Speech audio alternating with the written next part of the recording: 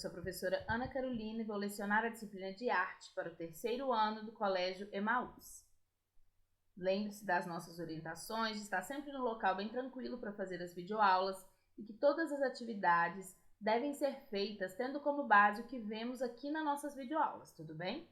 Estejam num local bem tranquilo, com os materiais bem organizados, porque isso faz com que a gente aprenda muito mais. Vamos lá? Daremos continuidade, então, à nossa disciplina de arte. Na última aula, nós finalizamos o bloco 1 do nosso livro. Então, agora vamos entrar em um segundo bloco, o bloco 2, que é o Gente do Mundo Todo. Então, neste bloco, nós vamos falar sobre diferentes culturas, diferentes etnias, diferentes raças, diferentes pessoas e, logo, diferentes modos de enxergar, de reproduzir e de criar movimentos artísticos e a própria arte em si. Hoje faremos da página 60 até a página 67. Acompanhem, como sempre, pelo livro de vocês. Então, sempre acompanhem no livro, tá? Quando houver alguma fotografia, que fui eu que coloquei, eu vou avisar vocês para vocês olharem aqui na videoaula. No mais, observem as fotografias pelo livro, tá? Vai ser bem melhor, as imagens vão estar melhores e também vai ser melhor, né, para os olhos de vocês, tá bom? Então, vamos lá. Primeiro, vamos dar os parabéns para a Emanuele, que mandou para a gente esse lindo trabalho artístico. Eu adorei. É um bonequinho, uma bonequinha linda. Eu adoro esses olhos, essa maneira de desenhar os olhos, porque fica realmente muito fofo o desenho. Eu adorei, Emanuele. Eu adoro todos os seus trabalhos. E, turma, lembrem-se de mandar para mim todos os trabalhos artísticos que vocês fazem aqui para nossa disciplina, porque eu estou adorando ver como vocês estão artistas incríveis. Manu, muito obrigada pelo trabalho, eu estou adorando. Continue mandando aqui pra gente, porque os colegas devem estar amando ver também esses trabalhos artísticos que você está fazendo. Vamos lá, turma? Então, vamos começar o bloco 2, lá na página 60, com o texto Gente do Mundo Todo. Vamos ler juntos e a gente vai fazendo comentários aos poucos, tá bom? O globo terrestre é composto de diversos tipos de ambiente. Graças à capacidade do ser humano de se adaptar aos mais diferentes lugares e situações, grupos de pessoas estão espalhados pelos mais variados espaços da Terra. Alguns desses grupos humanos podem ser diferenciados por suas características físicas e culturais, mas há características dos seres humanos que estão sempre presentes. O ser humano ele está dividido aí no mundo em diversos locais e é muito importante a gente falar como que o ser humano ele é capaz de se adaptar aos diferentes lugares, né? Nós temos, por exemplo, os esquimós que vivem nos polos e, na verdade, em temperaturas muito baixas. Eles precisam construir casas de blocos de gelo. Temos pessoas em locais muito quentes, como em algumas regiões da África, que são as mais quentes do mundo. E essas pessoas vivem, sobrevivem e ali fazem toda a sua vida, né? Então, o ser humano ele é um ser capaz de se adaptar a diferentes situações.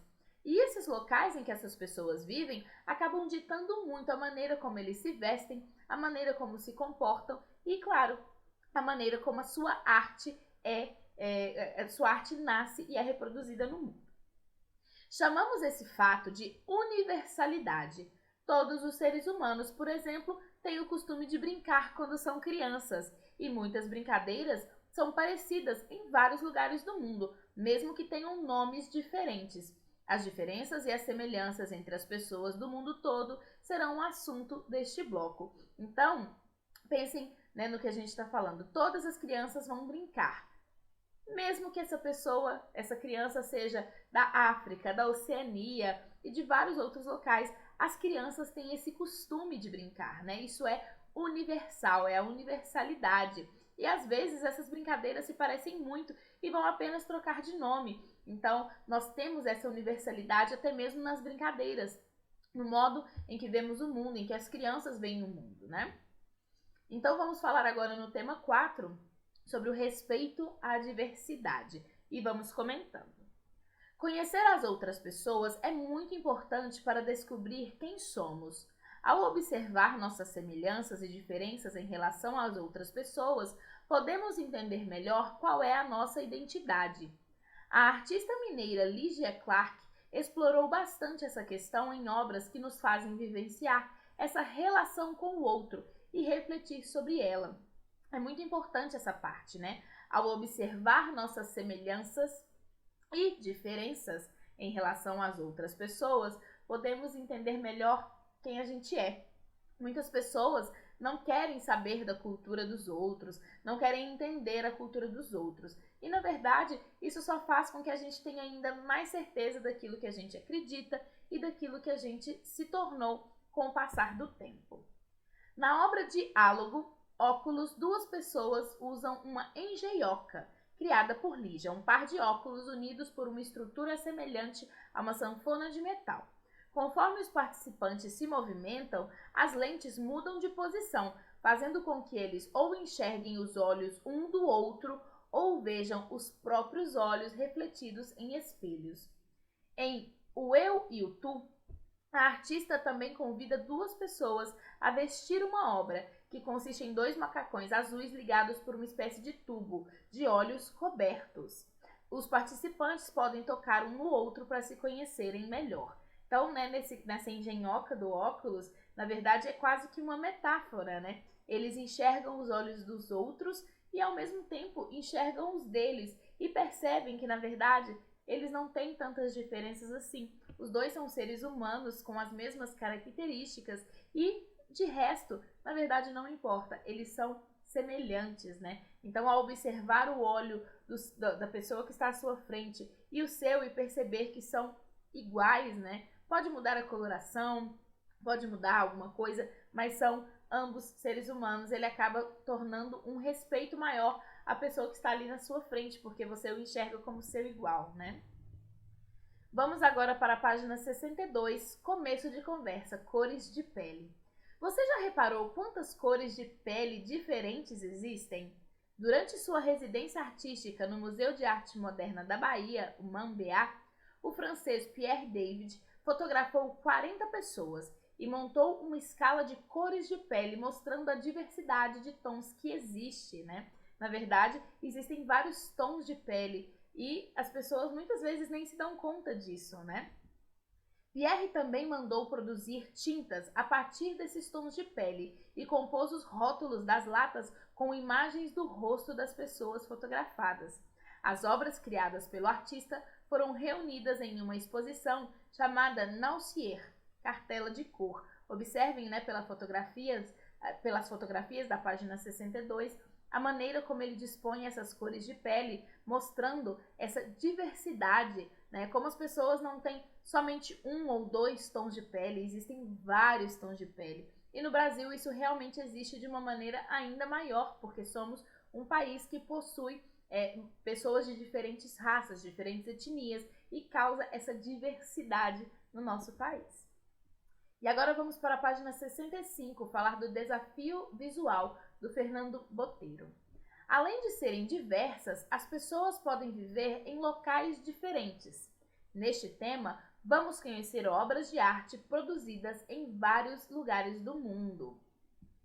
Para começar, observe as pinturas de Fernando Boteiro. O artista nasceu na Colômbia, país da América do Sul que faz fronteira com o Brasil. Então as pinturas dele, né, estão aí e percebam como que um país tão próximo ao nosso, né, ele faz fronteira com o Brasil, estamos no mesmo continente e a gente consegue ser tão diferente. Ao mesmo tempo, claro que existem semelhanças, né, como falamos sobre a universalidade, mas são países bem diferentes, até mesmo na língua, né? Falamos português, eles falam espanhol, e assim a gente percebe aí várias diferenças entre essas pessoas.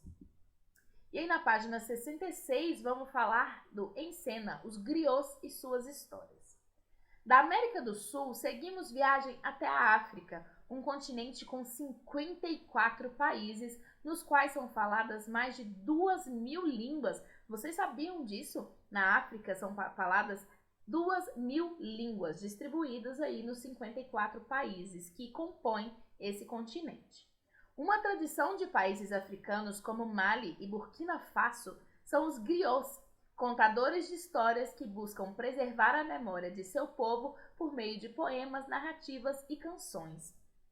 Para contar suas histórias, os griots também podem usar instrumentos musicais. Um exemplo é a corá, um instrumento de cordas cujo som se assemelha ao som de uma harpa. Considerados grandes sábios, os griots eram muito respeitados em suas comunidades e procurados para dar conselhos e resolver conflitos, né? Então aí na página 66 vocês têm uma imagem do corá, que é esse instrumento musical, que se a gente for olhar, né, falaríamos que se parece um pouco com o violão, mas na verdade a estrutura, né? Temos o braço, temos algumas cordas, mas as semelhanças param por aí, porque no todo eles são bem diferentes. Antigamente, acreditava-se, inclusive, que tinham poderes mágicos. No Brasil, até hoje, existem griots que vivem em comunidades quilombolas e ajudam a preservar a herança cultural africana em nosso país. As comunidades quilombolas, né, meninos? Não sei se vocês já têm uma ciência sobre este assunto. Quando ainda existia escravidão, né, no país, infelizmente, os quilombos eram os locais onde os negros que ainda eram escravizados fugiam de suas fazendas, dos maus tratos, né, e iam para esses locais para se esconder. Quando a escravidão foi extinta no Brasil, tardiamente, né, essas comunidades quilombolas continuaram existindo. E então, nessas comunidades, as pessoas, né, os descendentes destes negros escravizados, eles fizeram a questão de manter as tradições do país de origem, né, de sua herança africana, de sua parte mais africana. Então, vocês podem perceber pelas roupas, pela maneira como eles agem, que eles tentam resgatar essa cultura dos seus antepassados. E, na verdade, isso é muito bonito, né? É tentar manter vivo a sua própria herança, não só genética, mas também a herança cultural, a herança dos antepassados, daqueles que vieram antes de nós. É como nós mesmos, mantendo tradições familiares. Então, sempre no Natal, na minha família, cantamos aquela música. Essa é uma tradição familiar, é uma tradição, é uma herança que não é da nossa genética, mas sim da nossa cultura, da nossa história, né? E agora vamos para a página 67, experimento artístico, falar sobre o kirigami. Da África, vamos até o continente asiático para conhecer um projeto de arte contemporânea chamado Long March, realizado na China. A iniciativa reúne artistas, agentes culturais e integrantes de comunidades locais na produção de obras coletivas. Muitas vezes, os trabalhos resgatam técnicas artesanais tradicionais como o kirigami, formada pelos termos kiri, que significa cortar, e gami, que quer dizer papel. A palavra kirigami dá nome a delicados desenhos feitos ao se cortar e dobrar papel. Então, essa fotografia aí da página 67, né, são apenas papéis cortados, né? Parecem desenhos, pinturas e, na verdade, é apenas um papel recortado. Que tal fazer seu próprio kirigami? Siga os passos e mãos à obra. Então, temos aí o material necessário, que é a folha de papel espelho, de 20 centímetros por 20 centímetros e tesoura com pontas arredondadas. Então, essa é uma sugestão de atividade. Se vocês acharem fácil, né, conseguir o papel e se interessarem por essa atividade, eu tenho certeza que vocês vão gostar muito de fazê-la, sem se esquecer de enviar pra gente, tá bom? Na verdade, vocês podem utilizar qualquer papel. Eles falam papel espelho aqui no livro, porque na verdade é o papel que se utiliza na Ásia, mas vocês podem também utilizar outros papéis. Então, as instruções são as seguintes: dobre a folha ao meio, formando um triângulo. Então, como nós temos uma folha quadrada, isso é importante, tá? Temos uma folha quadrada, é só dobrar ao meio. Dobre novamente, formando um triângulo menor, e depois mais uma vez. Então, vocês vão dobrar o quadrado uma vez, duas vezes, três vezes, e ele vai se tornando triângulos cada vez menores. Faça pequenos cortes em diferentes formatos nas laterais dobradas do papel, tomando o cuidado de não cortar toda a lateral de uma extremidade à outra, ou vocês vão separar esse papel e ele não vai ficar mais inteiro. Desdobre o papel cuidadosamente e observe a figura formada. Essas figuras que a gente está vendo aí, né, do galo, o peixe, as folhas, na verdade é um trabalho bem difícil, de pessoas que fazem isso durante toda a vida, tá? Então, tentem trabalhos mais simples, comecem com desenhos mais simples. Quando vocês finalizarem, para que vocês mantenham este trabalho, vocês podem colar em uma folha de papel diferente, tá? Porque aí vocês vão ter uma espécie de renda sem precisar guardar algo que se tornou tão frágil assim de qualquer maneira, né? Então colhem em uma folha de cor diferente que vocês vão ter aí um trabalho que vai durar durante muito mais tempo. E não se esqueça, se vocês fizerem essa atividade, mandem para mim que eu quero muito ver, tá bom? E essa é a atividade do portfólio de vocês, lá na página 63, que é o Mãos de várias cores. Nessa atividade, você vai criar, com a ajuda dos colegas, né, uma composição com desenhos de várias mãos. Comece colocando a própria mão sobre a página e use o lápis preto para contorná-la. Depois, vocês pediriam para um colega para fazer o mesmo. Como nós estamos nesse momento tendo aulas em casa, vocês podem pedir aos membros da família de vocês, ao pai, à mãe, se tiverem irmãos, os avós, todo mundo que vive com vocês, para colocar as marcas de suas mãos nesta folha, tá? Mas em uma posição diferente. Então, se a mão de vocês está assim, a do pai pode estar assim, a da mãe pode estar para cima, montando aí uma composição. Repita essa ação com quantas pessoas você quiser para caber aí na folha de uma maneira bem legal. Você vai perceber que os desenhos das mãos vão começar a se sobrepor e que o cruzamento das linhas vão criar espaços com formas e tamanhos variados. Finalize o trabalho pintando cada espaço com uma cor diferente. E aqui eu quero retomar um pouquinho algo que a gente falou lá na frente sobre os tons de pele. Vocês já perceberam que quando a gente fala de lápis de cor, a gente sempre fala é o tom de pele e normalmente é um lápis de cor rosa, né? Nós não temos a pele rosa, então a gente acaba não tendo muito respeito à diversidade quando falamos assim. Os tons de pele são diversos, então nessa atividade eu quero que vocês explorem isso, essa imaginação, tentando trazer todos os tons de pele, todas as etnias e raças que nós temos no mundo, criando uma diversidade nas mãos de várias cores, tá bom? Essa é a atividade do portfólio de vocês. Eu quero que vocês se divirtam fazendo arte, colocando a marca das mãozinhas de vocês, da família de vocês, fazendo um trabalho bem bonito. Não se esqueçam de me enviar essas atividades, que eu quero muito ver as mãos de várias cores que vocês vão fazer, tá bom? Lembrem-se então de fazer as atividades e mandar as fotografias. Nos vemos na próxima aula. Se divirtam fazendo arte e lembrem-se, juntos no caminho certo.